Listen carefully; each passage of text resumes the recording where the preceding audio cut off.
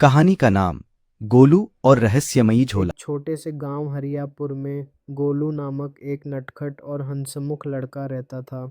वह हमेशा मजा करने की तलाश में रहता था, चाहे वो पढ़ाई हो या खेल। उसका पल पल का मकसद बस खुशियां बटोरना था। गोलू का मानना था, अगर मजा नहीं है तो कोई मतलब नहीं। हर दिन उसे कुछ नया करने की ललक रहती थी। कभी मुर्गियों के पीछे दौड़ता तो कभी अपने दोस्त चिंकी को डराने की कोशिश करता। उसकी शरारतें गांव के बच्चों के बीच चर्चा का विषय बनी रहती थीं। एक दिन गोलू जंगल की ओर गया।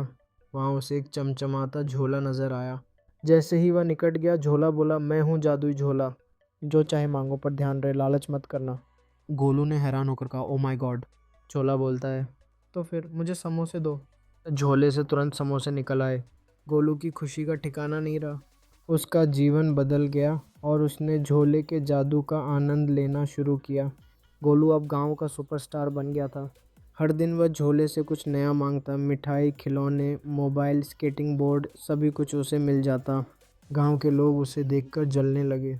गोलू के दोस्त चिंकी ने उससे कहा, गोलू भाई, ये सब कुछ ज़्यादा नहीं हो रहा? गोलू ने इठलाते हुए जवाब दिया, लालच नहीं भाई, ये तो स्मार्टनेस है। लेकिन एक रात गोलू ने एक डरावना सपना देखा, जिसमें झोला एक हंसते हुए दानव में बदल गया।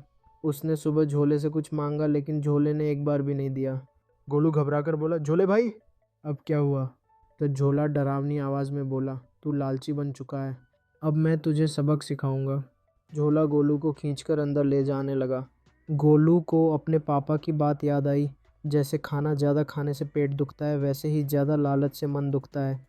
फिर उसने माफ़ी मांगी और कहा, मुझे अब कुछ नहीं चाहिए, मुझे बस अपनी पुरानी ज़िंदगी वापस चाहिए। झोले से रोशनी निकली और वह गायब हो गया। सब कुछ पहले जैसा हो गया। गोलू अब फिर से सामान्य बच्चा बन गया था, लेकिन अब वह जिम्मेदार और समझदार हो चुका था। चिंकी ने मजाक करते हुए कहा, अब समोसे खुद लाने पड़ेंगे। गोलू हंसते हुए बोला, कोई बात नहीं, मेहनत के समोसे ज़्यादा स्वादिष्ट होते हैं। ये देखिए,